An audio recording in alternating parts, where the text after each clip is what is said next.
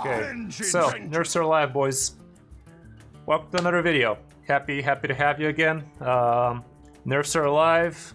I think our prediction video was really on point. Edwin on 4. Everybody was like, nah man, they're gonna have it. They're not nerfing Edwin.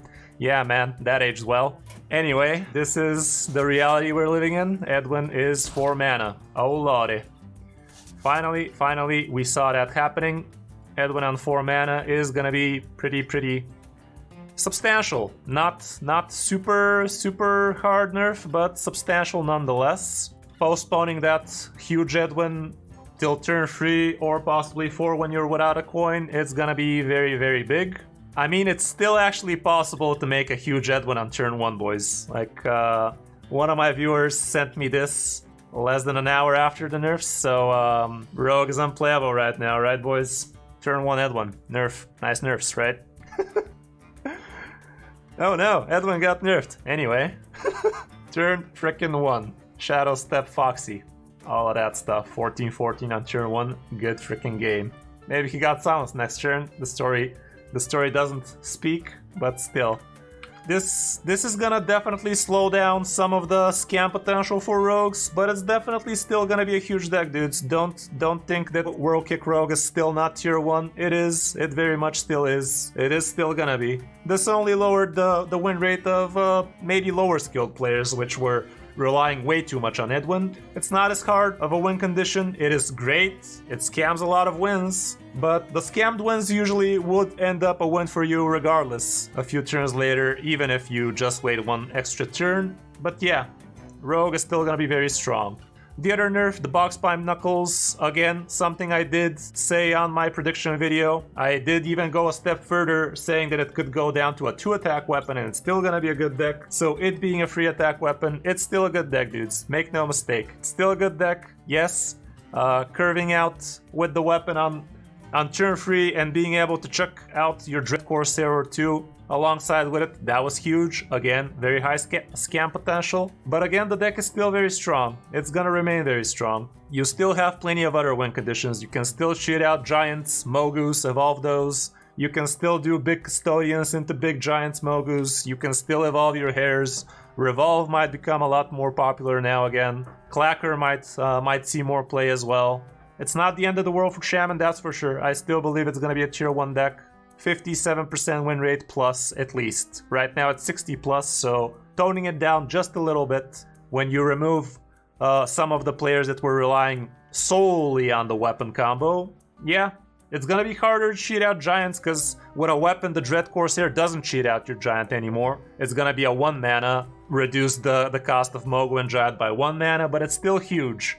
I still believe both Rogue and Shaman will remain at the top. I'm kind of surprised they didn't touch the Warrior Sword Eater, but it is what it is. I guess Blizzard are taking the more refined, slow and steady approach. They're not taking as big of whacks anymore. Maybe they have their reasons, I don't know.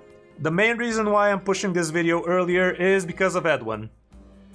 A lot of people did not actually see that Edwin is also gonna get Hall of Famed. Edwin is also getting Hall of Famed. Let me bring that tweet up real quick. Here it is, from Alec Dawson.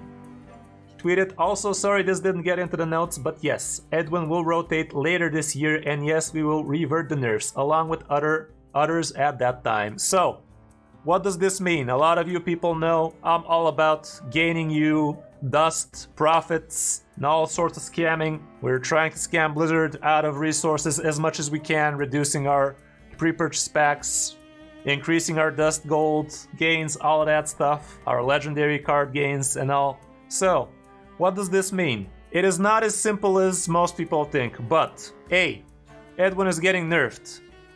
He is nerfed. You get the Disenchant him for full price in the next 2 weeks. So that is today, we're the 8th. You get Disenchant him till the 22nd of January. Before 8 o'clock. Plus 2 ETC Central European time, I don't know. You know when the nerfs hit, so add 2 weeks from that exact point and you know how exactly time you have. But if you disenchant Edwin right now, you do get the full disenchant value, but you do not get the bonus from the Hall of Fame. Is that a bad thing? I actually got confused the first time I thought about it, but no, that is not a bad thing. Now you get the Disenchant Edwin for full dust. If you have him regular, you get 1600 dust right now back from him. If you have him golden, you get 3200 dust out of him. If you have them both, you can disenchant them both. The only reason not to disenchant Edwin right now is if you're still playing Rogue Kick Rogue, if you're still playing a rogue that uses Edwin, basically. If you're playing with Edwin, just keep playing him. No reason to disenchant. But in any other scenario, you should be disenchanting Edwin. You are getting back your full dust, and you get the option to use that dust for whatever the hell you want to. You're not losing any resources, you're gaining options. Why is it not a bad thing since he is getting Hall of Famed? Some people might think you're gonna be missing out on resources then, but actually, if you disenchant it now, and you get your, let's say, 1600 dust back for a full dis on a regular Edwin, you get to craft him golden for 3200 dust when the Hall of Fame hits.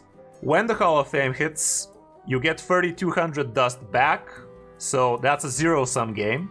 Win some, lose some. And you get to disenchant Edwin for a second time for 1600 dust. So, in the end of the day, doing this will profit you 3200 dust. So let's recap. Disenchant Edwin now if you're not using him. When it's time to Hall of Fame, craft a golden Edwin. Hall of Fame hits, disenchant golden Edwin after you have gained your 3200 dust. I hope I made myself clear on this one. I will definitely do another video once the Hall of Fames are announced and finalized. But yeah, boys, this is basically how you get to cheat out a whole lot of dust. Hope this tip helps you. Hope you manage to utilize that hard-earned dust and craft one of my many good top 5 decks. I will probably be doing a top 5 meta report real soon afterwards as well. Maybe midweek, because I do need a few days for the meta to settle, get the percentages going and all of that. But right now, my last top 5 is still pretty much on point, boys. Some cards will get changed a little. I don't think anything's gonna change in the World Kick Rogue, honestly. For Totem Shaman, something might get changed. 2 more revolves, a box spine, something along those lines, I think. No more, I mean, in my last top 5, we used the pirate sticky fingers. I don't think we need to be using it anymore. No need for novice engineers. I've been playing with a novice engineer version. So yeah, I think that is gonna be the case. Meta is not gonna shake up all that much, I think. I think it's still gonna be pretty Shaman and Rogue heavy, even though people will naturally get away from these decks for a few days. They will get back to them, trust me. In this current state, they will get back at the top. I think that's gonna be it for this video, guys. Hope you enjoyed it, hope it helps you. Drop a like and subscribe if it did. I would really appreciate it. We are closing in on 10,000 subscribers, doing everything I can to give you high quality content that actually helps you and not just clickbaity titles and all that stuff. I'm actually trying to help. I'm putting in the effort and all of that. You guys told me I sound like a robot. See? Is this a robot sounding guy now? That's how I sound on my streams, boys. You should definitely drop by and check it out. So yeah, guys, thanks again. Hope you enjoyed. Thanks for watching, and I'll see you in my next video or stream.